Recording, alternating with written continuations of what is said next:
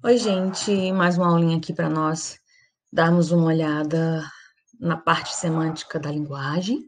Na verdade, o estudo que a gente fez anteriormente sobre o processo de formação de palavras, ele ocorre também dentro da semântica, ele é do interesse da semântica, tá? E aí, a gente precisa parar um pouquinho para dizer o que que é isso. Na verdade, todas as vezes que a gente estuda língua portuguesa, ou pega lá o livro de português, ou pega a gramática, ele está subdividido nessas categorias, né? Então, quando você vê lá, o professor vai falar, hoje a gente vai estudar fonética, morfologia, sintaxe, homofossintaxe, isso são as categorias que estão lá dentro da gramática, que têm interesses específicos.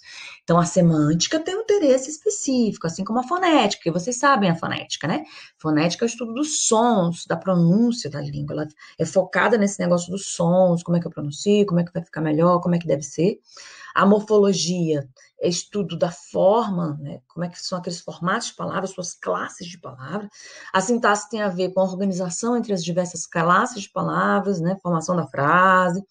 A morfossintaxe vai observar as duas coisas, estilística tem a ver com figuras de linguagem, etc. Qual é a da semântica? Por que a gente está estudando semântica? Semântica vai ter a ver com o significado das palavras, ok? Só um barulhinho subidinho, desculpem. Então, significado. A semântica tem a ver com o estudo dos significados das palavras em seus diversos contextos, na evolução histórica, sabe, gente? Algumas palavras que significavam alguma coisa anos atrás, elas mudam de significado, etc. Ou algumas coisas malucas acontecem dentro da sociedade e a gente passa a atribuir significados diferentes. Pensa comigo, por exemplo, na palavra aquário e na palavra piscina. Se a gente for pegar a origem da palavra, se a gente for pegar os radicais e tudo, a gente vai ter assim, ó, aquário, aqua, de água, não sei se é grego ou latim agora, mas significaria o lugar de colocar a água. Piscina, piscis é de peixe, o lugar de colocar o peixe. Mas a gente coloca a água na piscina, o peixe no aquário. Tem uma inversão aí, né? Então, esses significados, às vezes, eles vão mudando com o tempo, né? E com os usos, são coisas que são do interesse da semântica. Nessa aula aqui, a gente vai ver alguns comportamentos das palavras, algumas classificações que as palavras podem envolver de acordo com os seus significados. Então, olha aqui, alguns significados iguais podem ser representados por palavras diferentes. Então, às vezes, eu tenho palavras totalmente diferentes que significam a mesma coisa, que são sinônimos, todo mundo lembra, né? Tá tranquilo demais isso aqui. Eu tenho amor, afeto, carinho, que alguém pode até ficar de encheção de saco e dizer assim, não, na verdade, não. Amor significa uma coisa diferente de carinho. Carinho tem a ver com o toque físico. O afeto não envolve a paixão. Eu posso até inventar o que eu quiser, mas, eventualmente, dependendo do contexto, eu vou usar vários contextos que tomam amor por carinho ou por afeto, e aí vai dar na mesma, tá? Eu posso até ter outros contextos que eu vou especificar significados diferentes, óbvio.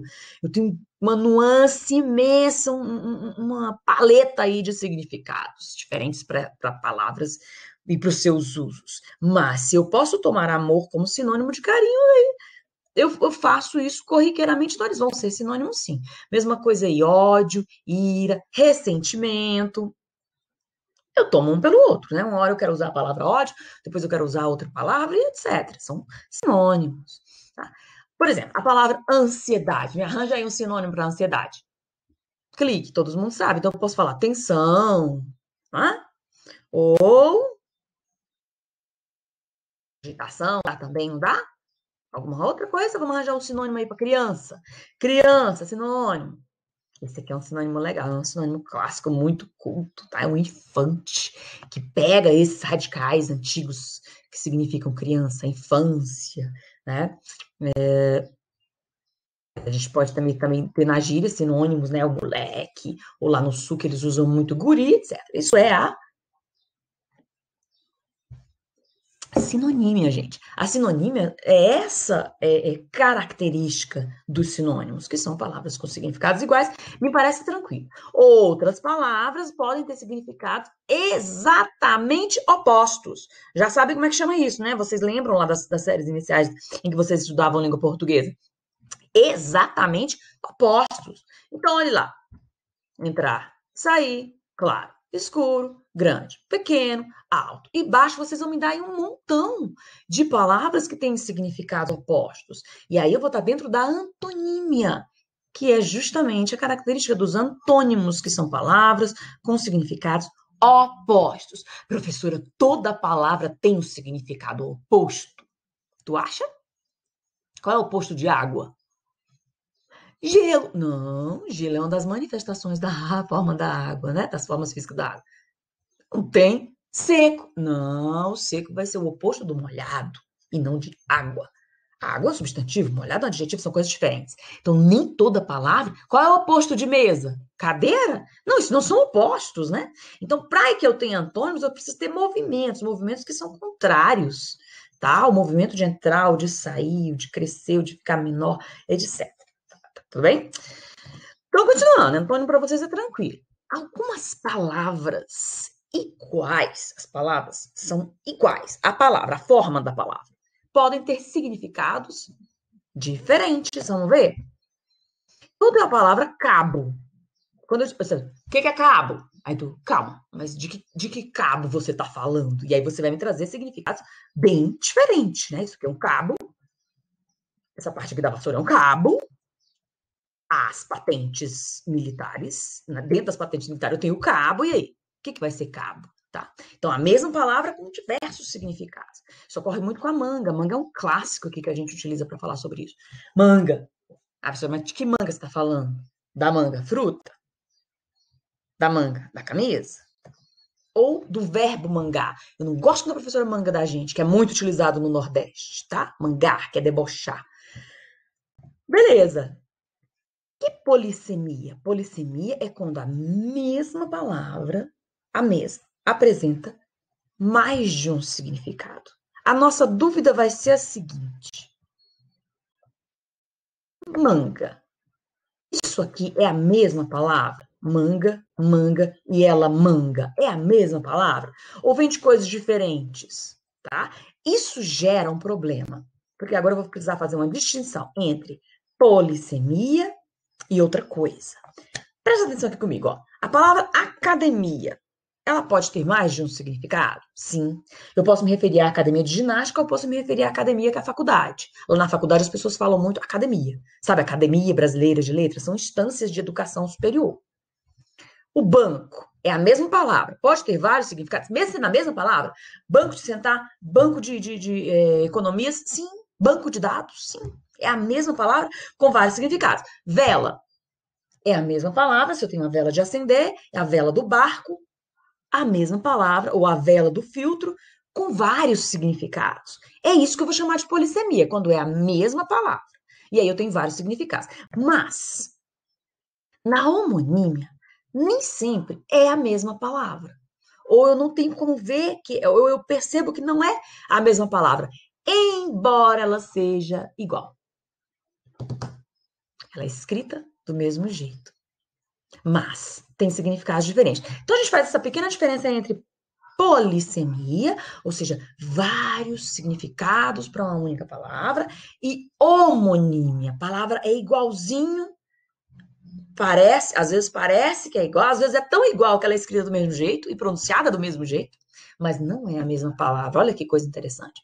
Quando que isso vai acontecer, professora? Olha aí, homônimos são palavras escritas ou pronunciadas de forma idêntica, tá? Embora não seja a mesma palavra originariamente, que possui significados diferentes. Então, olha aqui. Eu tenho homônimos que são perfeitos, eles são idênticos, gente. A palavra é igualzinha a outra, mas não é a mesma palavra. Olha que confusão. Você... perdão, aqui faltou um Szinho, não dá para eu corrigir agora, porque eu ainda fiz a revisão e não vejo. Olha, revisão é uma coisa terrível, vocês têm que fazer na redação de vocês, porque você olha e escapa sempre alguma coisa. E aqui eu fiz rápido, tá? Faltou o Szinho, vocês verão como isso vai mudar. Tá vendo o verão? E aqui embaixo eu tenho, no verão passado, viajamos pelo litoral. Tá vendo o verão? Tá vendo a diferença entre as palavras? Ela é escrita e ela é pronunciada do mesmo jeito, mas são palavras diferentes. São ou não são? São. Um é um verbo, o verbo ver, vocês verão, e a outra é um substantivo. Tá? Então não é a mesma palavra, embora ela seja igual. É isso que é a homonímia. Não é a mesma palavra, embora elas sejam idênticas. Vamos ver outro exemplo? Houve corte nas verbas. Eu quero que você corte essas frutas. Olha lá, o corte é o substantivo, eu quero que você corte, é do verbo cortar. E aí são palavras diferentes, são homônimas. Porque elas são iguais na forma e, inclusive, na pronúncia. Quando é homógrafo, às vezes tem uma diferençazinha na pronúncia, mas escreve igualzinho. Homógrafo, grafia é escrever, tá? Homo é igual. Então, a grafia é idêntica, mesmo que tenha uma diferençazinha na pronúncia. Olha a pequena diferença que eu posso ter aqui. No começo do ano, a chuva veio forte. Começo e depois. No ano que vem, eu começo a trabalhar, que é começo e comércio. Tem uma diferençazinha sutil na pronúncia. São homógrafos, né? São os homônimos homógrafos. Eles são iguaizinhos na escrita, embora tenha uma diferençazinha pequena na pronúncia. Olha outro exemplo. Gosto de comer com colher. É preciso colher o alho antes do chuva. Olha como é que a palavra está escrita igual, mas a pronúncia é diferente e a gente sabe que são palavras diferentes. Tá? São homógrafos. Não é isso que eu tô falando? Palavras homógrafas, escrita igualzinho. Aí eu tenho os homófonos. Meu Deus, professora, que nome feio. É mesmo, é feio. Eu também acho. Mas é fácil de entender. Homo igual fono, som. O som da palavra é idêntico, só que aí ela não vai ser escrita do mesmo jeito. São os homônimos, homófonos. Olha lá. Vamos assistir a sessão de cinema. Sessão. Procure bacon na seção de carne. Seção. Fez uma seção perfeita na madeira. Secção. Tem gente que vai falar secção, mas isso aí eu posso falar seção também. Ou do verbo ceder. Eita, tá faltando um ainda. Tem outra palavra aqui, gente, que é igualzinha a essa, que é seção do verbo de ceder. Ah, eu cedi alguma coisa, eu fiz a sessão. Porque algumas pessoas vão chamar sedição também. Mas olha isso. Sessão de cinema, dois S's, sessão, secção, troço, velho. Na verdade, tira essa última aqui, por causa que tem gente, como tem gente que vai falar secção e ela vai ser diferente tanto na escrita quanto na pronúncia, eu jogo isso lá para frente para a classificação dos parônimos. Mas pensa nessas duas aqui, olha, nas duas primeiras, seção e sessão. É a mesma pronúncia. Por isso que a gente fala homófono, igualzinho a pronúncia. Embora sejam diferentes. Olha lá outro. Procure um assento perto da janela. Essa palavra é escrita com acento. De novo, eu tenho a mesma pronúncia, mas escrita diferente. Isso aí vocês sofrem com isso, né? Porque eu não sei, professora, como é que eles são iguais, como é que escreve? Às vezes a gente vai ter essa dificuldade. A gente tem o concerto com S, o concerto com C, tá? Então são os homófonos. Uma vez um menino fez uma piadinha comigo e disse assim, professora, quantos assentos tem no ônibus? Deixa eu falar um negócio desse. E aí eu perguntei para ele, assento com C ou assento com dois S's? E ele também não sabia responder, né, gente? Porque nem sempre a gente está ligado nessas coisas. Olha outro problema que eu tenho aqui. Algumas palavras são apenas parecidas e podem gerar confusão. Elas são só parecidas e o significado é totalmente diferente. Olha isso. Tradução, tradição, traição. Ai, professora, quem não sabe disso? Isso aí é fácil. É mesmo, acho que pra gente que fala português é até fácil. Eu fico imaginando uma pessoa falante de outra língua vir estudar a nossa língua e olha como esse troço é parecido, né? O abacaxi e o abacate, para nós, totalmente diferente. Para pessoas que vêm estudar a língua portuguesa, elas vão achar isso aí idêntico. Ó, porque na verdade é abacaxi e abacate. Quando a gente fala abacaxi, bem pronunciado, não sei o quê, dentro de uma forma bem marcada ou de uma frase pronunciada devagar, dá para eu perceber direitinho, né? O abacaxi, e aí o último é tônica, tranquilo. Um abacate, professora, nada a ver, abacate. Traz abacate, traz abacate. Imagina que eu falo assim, traz abacate, traz abacate. Alguma coisa nesse sentido, abacate. Para esses caras que têm outras pronúncias, para eles vai ser idêntico, porque o xi e o ti são próximos. A gente não fala abacate, bom, a não ser que a gente seja do sul, a gente fala abacate. Mas quem fala abacate vai criar palavras muito parecidas, embora com o contexto a gente sabe que é diferente, porque ninguém vai fazer uma vitamina de abacaxi, tá? Para nós é tranquilo. Mas essas palavras têm a pronúncia muito, muito próxima se a gente for analisar foneticamente. A jarra e o jarro é pior. Porque jarra e jarro, qual é a diferença de um para o outro? Ai, professora, porque assim, ó, a jarra, a gente coloca suco. No jarro, a gente coloca flores, água, não é? Uhum. É. Mas isso, para quem não fala português do Brasil, menos. Eles vão morrer, vão passar o resto da vida falando jarra, ou tomando um por outro, sem a menor distinção. Para vocês entenderem a força da língua, né? Olha essas. Abordar. Pródigo, prodígio. Olha, eu acho, nossa, gente, prodígio e pródigo, embora sejam muito diferentes tonicamente, olha como ele que usa letras parecidas, né? O prodígio e o pródigo. Tá? Ai, não sei o que é isso, não. Pródigo é a pessoa que gasta, gastador, sabe? O filho pródigo, aquele que esbanja as coisas. E o prodígio é totalmente diferente. O prodígio é aquele que fez um fato, fez uma ação prodigiosa, né? Um herói, alguém que se destacou de alguma forma. Imprensa e empresa, é fácil. Imprensa e empresa, eu acho tranquilo. Mas elas usam, elas têm essa semelhança muito forte ainda. Olha o último exemplo. Umidade e humildade. Muitas pessoas confundem, às vezes escrevem humildade sem H, porque estão lembrando de umidade, vira aquela bagunça. O sede, sede e sede, e agora, meu Deus do céu. Sede do verbo ceder, sede, a sede, né? Eu ainda tenho a sede da fazenda, que tá no meio da bagunça toda aí, solitário, solidário. Não parece? Solitário e solidário? Eu acho palavras muito parecidas. É isso que a gente vai chamar de paronímia. A paronímia. Parecido. Parecido, paronímio. Parônimos são palavras parecidas. Parônimos. Professora, eu nunca estudei paronímia, só parônimos. Muito bem. Pois paronímia é a qualidade, a característica das palavras parônimas. Parônimos são palavras parecidas na escrita e ou pronúncia, mas que possuem significado diferente. Beleza? Beleza, fácil.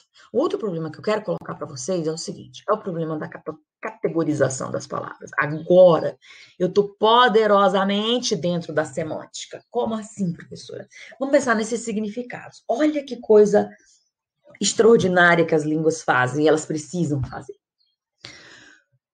Toda palavra ou toda língua possui isso, tá, gente? Então, algumas palavras vão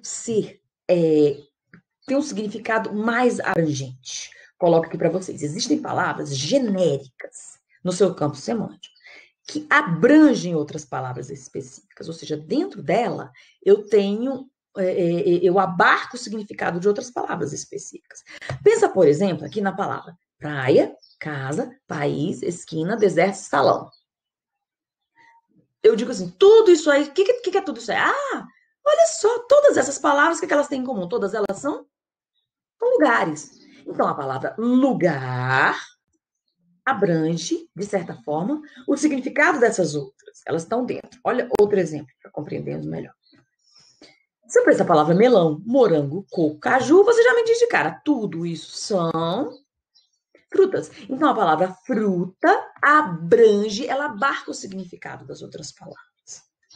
Ok? Eu vou dizer, então, que a palavra lugar e a palavra fruta são hiperônimos. O que é o hiperônimo? É a palavra grande, ela é abrangente, tá? Ela comporta no seu campo semântico, na sua universo de possibilidades de significados, esses outros significados menores. Então, em contrapartida, praia, casa, país, esquina, deserto, salão, para lugar, né? Em relação à palavra lugar, eu vou chamar de hipônimo.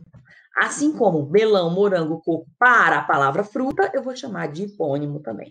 Fruta seria o hiperônimo, hiper grande. Fruta seria o hiperônimo e lugar, o hiperônimo grande, hiper grande.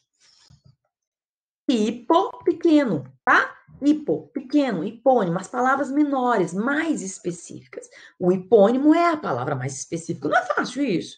Eu acho isso fácil. Professora, para que você está ensinando isso? Porque a gente, para conversar sobre isso, e isso pode ajudá-los muito com o texto, eu preciso de ter a noção desses estudos aqui com vocês. Eu preciso que vocês já tenham pensado um pouco nisso. É por isso que a gente faz o estudo.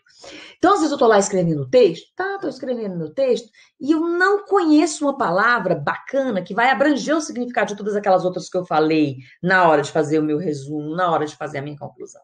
E se eu tiver um bom vocabulário, eu vou saber usar todos esses hiperônimos, todos esses hipônimos. Alguns hipônimos e hiperônimos, algum tipo de relação é super tranquila. Né? Então, quando eu falo lugar como hiperônimo, é tranquilo. Eu conheço essa palavra tranquilamente. Mas às vezes elas se complicam, essas relações vão se complicando. Então, olha só. Vamos acrescentar outra coisa aqui.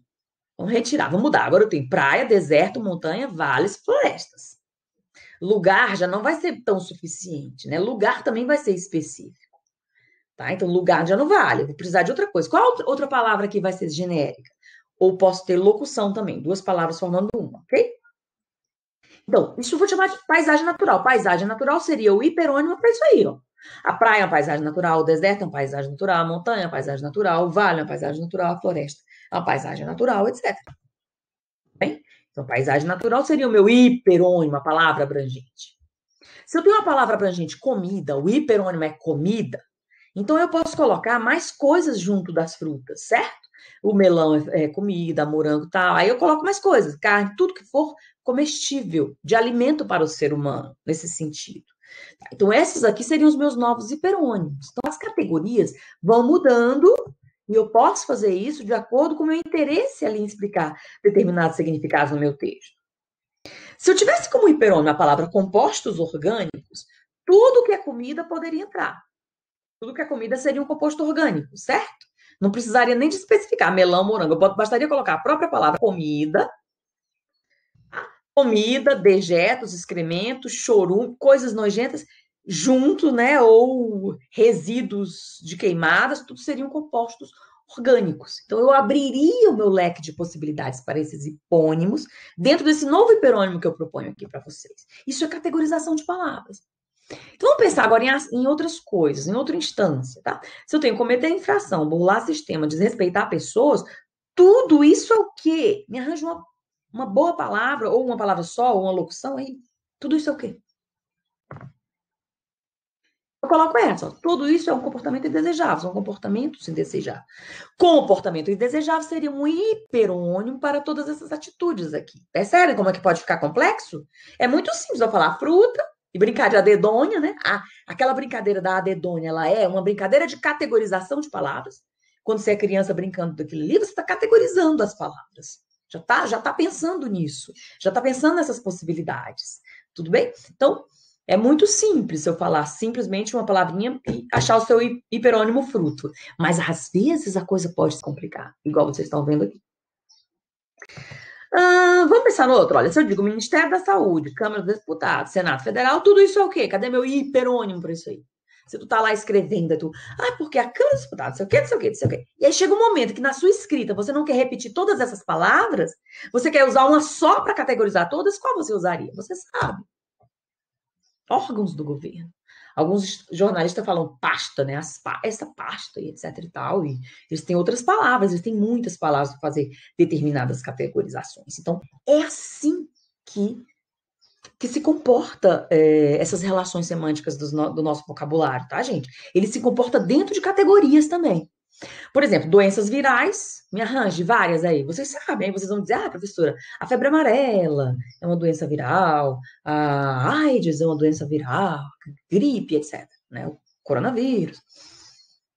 Beleza. Então, essas categorizações a gente precisa saber utilizar. Quem consegue fazer grandes categorizações tem ótimo vocabulário, consegue escrever textos mais maduros, é importante. Agora, só para finalizar, chamar a atenção de vocês para o negócio. Qual seria a palavra mais hiperonímica que existe? Ela abrange tudo que existe. Eu poderia colocar como hipônimos diversas outras palavras. Eu poderia colocar, por exemplo, o copo, a água, o pensamento, o peixe, o escorregão. Tudo isso são o quê? Tudo isso são o quê? Ai, professora, todas são palavras. Sim, é verdade. Todas são palavras, mas não estou falando, não estou pensando aqui na fala, né? Eu estou pensando no significado.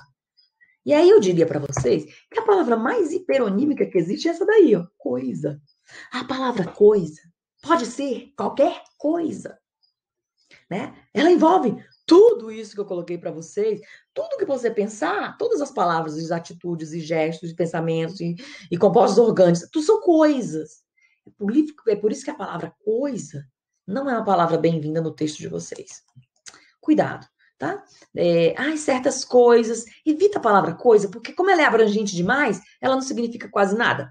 É nesse sentido que às vezes eu digo que o tudo é muito parecido com nada, embora sejam antônimos, né?